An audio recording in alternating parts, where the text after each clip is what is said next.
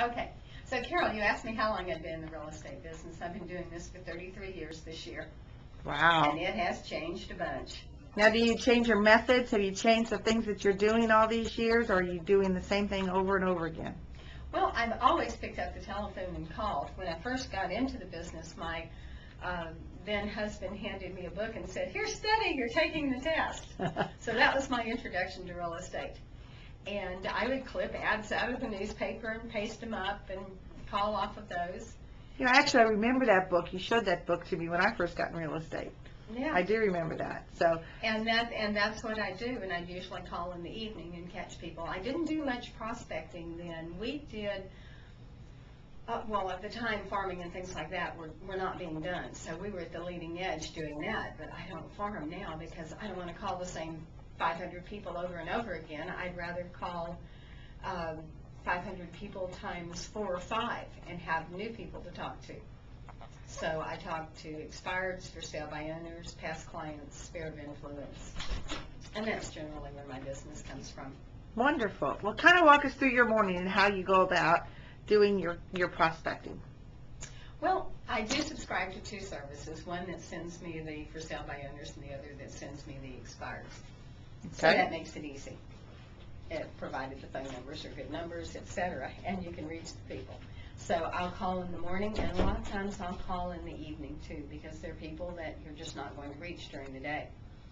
So for my sphere of influence and past clients, I always leave a message for them. And I have them call me and tell me, "You've been so good about keeping up with me." Well, I haven't talked to them in 2 years. I sent them a calendar and several postcards and left them 3 or 4 messages a year. But to them, they're seeing it that I'm keeping up with them, that I'm wanting to know how can I help them, what would you like to do in real estate this year. And so that has turned out really well, especially when I realized how much my past clients would get back to me. And after I put them in my database, which I use ACT, it's easier for me. And after I put them in the database, it makes it really easy to keep up with them and keep their information current. If you don't keep the information current, in a year's time, it can very easily, you've lost their phone numbers, their addresses, etc. It's amazing how much people do change their information. But just by you leaving them a message, they've heard from you. So it's not even that you have to talk to them, but they've actually heard from you and they remember you then. Mm-hmm. Great, great. Now what about people that you're prospecting to that you've never met before?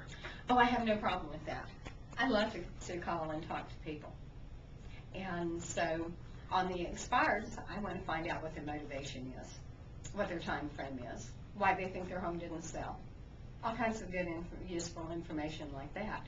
And then I offer them an alternative to doing the same thing they've done before. On the for sale by owners, well, I've always been the FSBO queen. We just have fewer FSBOs now.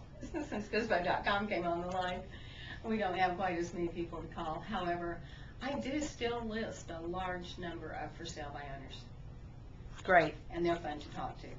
Yeah. In fact, they'll keep you on the telephone because they want to tell you all about their home, and you get someone who's really into the conversation, and it makes it fun to set the appointment. So they're very curious.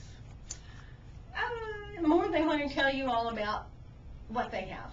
Okay. So that's definitely a conversation to be directed. So you're building a relationship with those people, and you stay in contact with them after your initial conversation? Well, it's been said of for sale by owners that, excuse me just a second, I have a headset on either ear.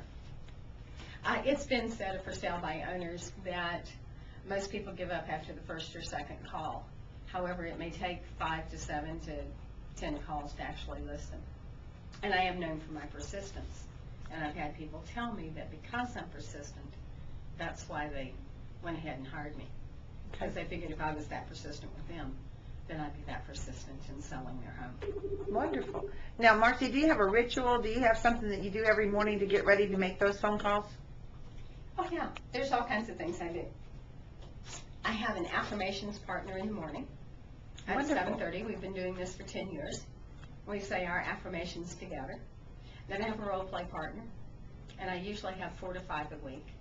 And we role play one of the scripts for about 20 minutes. Then I have a mastermind group that I'm a part of. We're a prospecting group, And so we get together and we'll have kind of a theme for the day, and each of us will say something, usually an affirmation about that theme. So I'm starting my day with the thought, I'm alive, excited, and full of energy. I'm ready to get going today. I will list 2 good for sale by owners, or whatever it is I'm calling.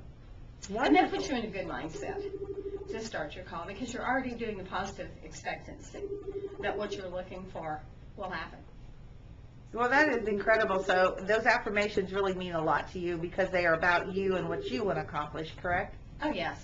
Anytime we come back from the retreats, the Superstar Retreat or the one-on-one retreat, my girlfriend and I write affirmations based on what we want to accomplish in the next 6 months. And that is what we say to each other. So right now we're saying things like, you envision your success. You have multiple consistent focuses over time. You build a high-quality business. Prospecting just comes easiest in the morning, doesn't it? That's really awesome. Yeah, it works. And so tell me a little bit how important scripting is to you. Memorizing those scripts, understanding them, being able to make them your own. How important are those scripts? Well, I find them really important because once you have them memorized, then it's just automatic what to say next. And it keeps you on track, especially with a very verbose for sale by owner. The script keeps you on track. There's nothing more frustrating than getting off the phone, having set an appointment, and realize you didn't ask the important information to let you know whether you even want to go out on that listing. Okay. So the scripts they're an anchor. Great. Well, let's get ready to make a phone call, Okay. and let's see how that all goes. All right.